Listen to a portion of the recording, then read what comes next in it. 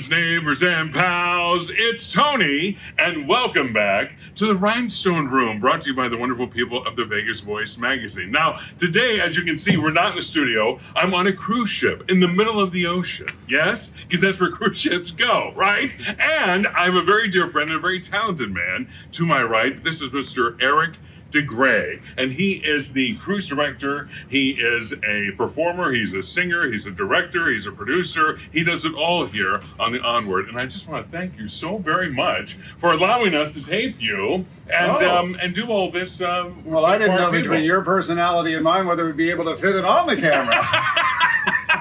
That's true. And the shirt, my goodness. I know, it's so light. We're like George of the Jungle and meets, I don't know what I am. Right, anyway. George of the Jungle meets the gay blade. There we go, that's it. I love this. I don't know if you guys can see this. He's got piano keys and guitars. Cassette tapes and vinyl records, everything that people have forgotten about and they're coming back. Yes, exactly. I wish I had my old audition cassette tapes. Oh, I have all mine. Do you? Yes, we can build a fire with all mine. And the old videotapes. Yes, God, I gotta go. But I don't want to fill up the landfill with all that stuff. No, I don't know what to do with that stuff, right? I don't want to just. What am I going to do with that? I can tell you, Tony, but it's not that kind of a show.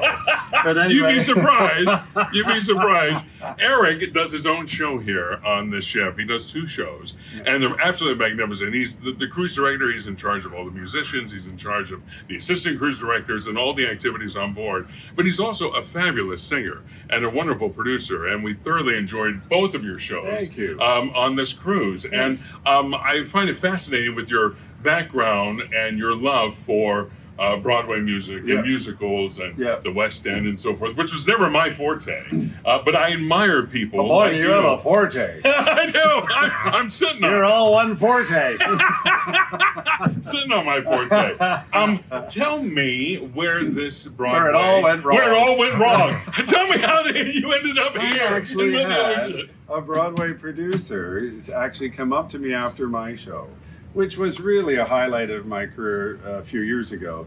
And he stood there with tears in his eyes and he said, I just want to know, tonight I saw Broadway, who steered you astray? And I've never been able to really answer that question. Right. I think, and not that I feel astray, because I have to say that there's been a couple of opportunities here and there along the way. Right. But you know, you're not a name. I'm not necessarily in New York, but the opportunities did come about. And some things are like the stigma associated with cruise ships at that time. It's much different now. Yes. You know, when they finally aired Hairspray from doing the Tonys from a cruise ship. I mean, we know New York went up in arms. It was like, you know, what are you doing with it? You know, but it really demonstrated. And now a lot of people want to come and have jobs out here. Yes. And it's fantastic.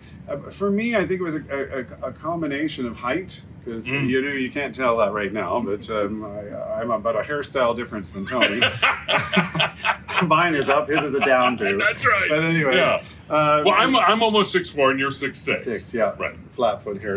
Yes. And then the other costumes that come when Priscilla meets ABBA. But anyway, I think part of it, as you know, your physicality. And I was often paired up. I went to an audition one time for Camelot, which was interesting because on that note, you say my first audition was for this gentleman, and I went in and I sang the end of "Give Me My Color Code" from Joseph.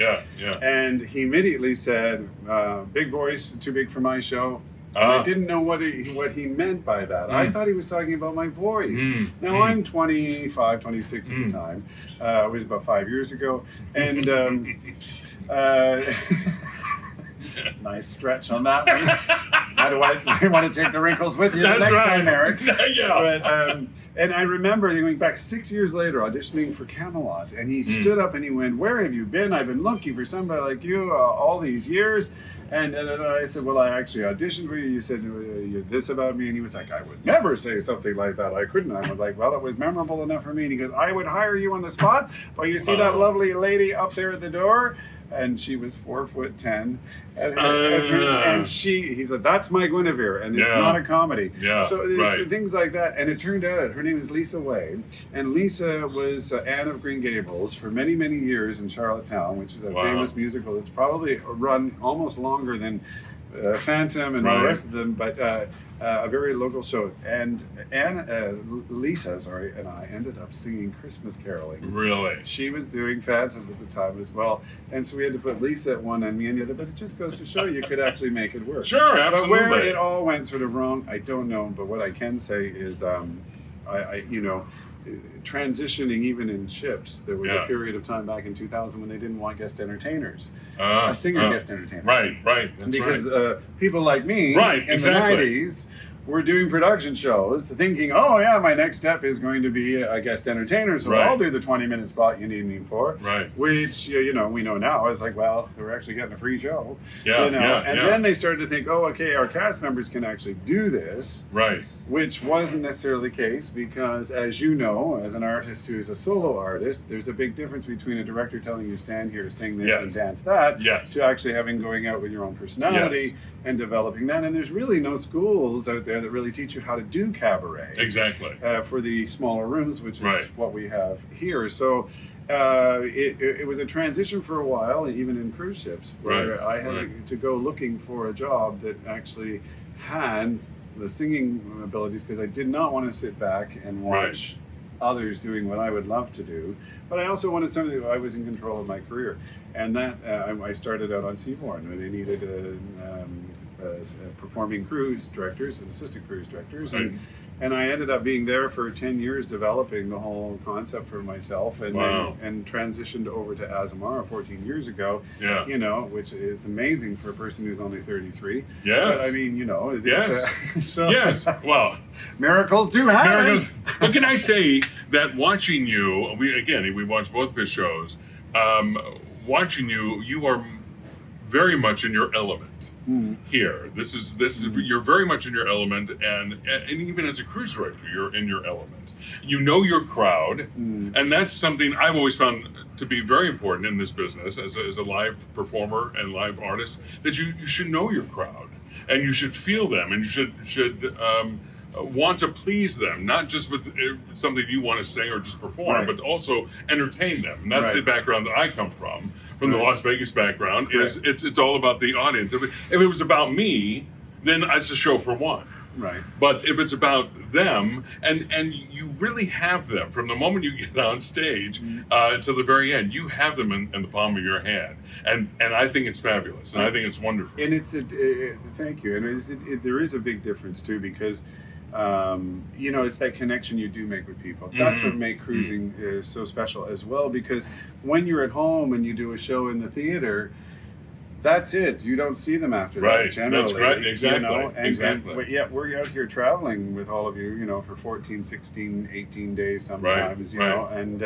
so you really do start to establish a connection with people. And I think that's the beautiful thing about what it developed for me was I love to improv. I like humor, which was something that wasn't as readily available for me. It was all about singing, what you're going to do. And then, developing a show, not only, as you say, that everybody else is going to like, but also introduce some songs that they might not have had a chance. Right, exactly.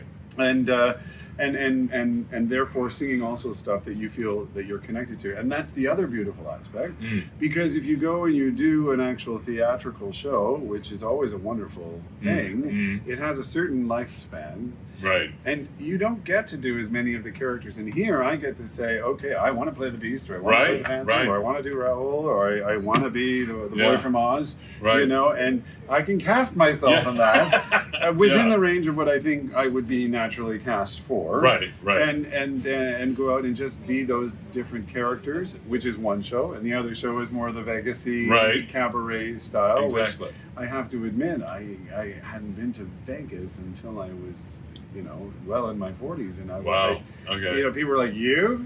Sparky? That Rhinestone suit? Where have you been? I don't know. I had to wait for Tony to actually lure me there. But the similarity, though, that I find fascinating is in Las Vegas, those that come out and support me, they come out to multiple shows. And what's the similarity is that Eric, as the cruise director and also a magnificent entertainer, has a following as well out here on the sea. Yeah. And so these people come out and they've seen your show I don't know how many times, but you know all of them, and they've become family. And it's just like back home in Las Vegas, they become family to me. It really is a special thing. Yeah. And I really, and I think you can appreciate that too. It's not something that's in the forefront of your mind.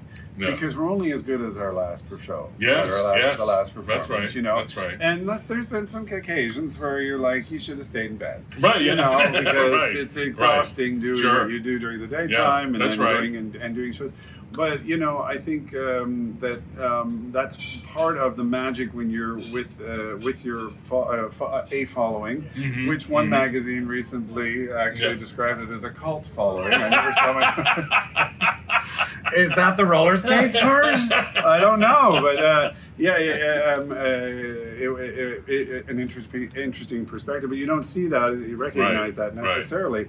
Like I say, because it's just a joy to have that familiarity as you have, and I've yet to see the performance there. I've seen it here. Right. And let me just tell you, folks, whenever that microphone goes back and he does that squat position and that mouth is wide open, I just told the audience that all I want to do for this poor man is give him 2 prunes because he looks like he's constipated the whole time he's sitting there hitting that A flat. That's just being a good cruise director. Right. You have to support your act. What he doesn't know is I wear a diaper. It is what it is. We have to do what we have to do. Or remember my next song, Trickle, Trickle, Splish, Splash. This diaper lasts. Oh, that would be me. That would be me. Ladies as long as your colon isn't falling out on stage. Are you kidding? Oh, we've had those. It that has. Extra little diaphragmatic push downwards. It has. I mean, I've slipped and fallen. I realized it was me. Oh, I realized I was sitting I'm looking forward to that chubby tuck of mine. Thank you so much. Thank you so much for being with us in the Rhinestone Room. I greatly appreciate it. I can't believe I've been waiting to get to Las Vegas. Now you are. And I'm here. Without my rhinestones on. I should have worn the jacket, for heaven's sakes. This is all very last minute. That would have been brilliant. No, last minute. But that's fine. It's fine. Yeah. But you've also brought a lot of joy. I have to say, ladies and gentlemen, he's been in the Rhinestone Room, but he's also been here with us on Azamara in the past as well. And the joy that you see, he's also brought here to our international audiences. But it's great fun. Thank you. It's even more fun as well having you as a guest out there. Just beaming in. Yes. Go for it, kid.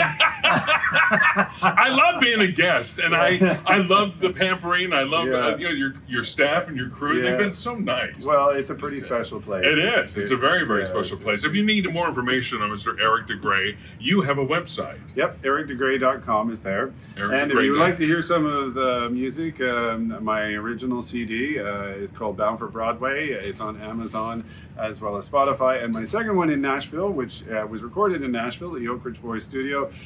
It's not country music, it's Broadway music. I mixed in with a little bit of river dance there. 2 of my own original compositions, as well as Phantom, actually was part of the audition process for Love Never Dies. So that's on there as well. But it's a compilation, and yes, it's all there on Amazon or Spotify, and you can enjoy that. And there's a Grandpa book at the website as well. You know all about Grandpa. Yes. I'll explain Grandpa in the next episode. Yes, but all the information will be at the website right below. Thank you so very much. I greatly appreciate it. Thank you. Come to Vegas and come and visit us and entertain us. I want to see that rhinestone pool. Yeah. You've heard about the rhinestone. I have. Oh, God. Absolutely. We exchange wardrobes. I'll bring louder shirts the next time. I'm so embarrassed. How can I ever? Your friends, neighbors, and pals, thank you so very much for tuning into the Rhinestone Room. I greatly appreciate it. We will see you next time. Take care. Bye-bye. Bye. Come visit us on Azamara. Yes, Cheers. please. Bye.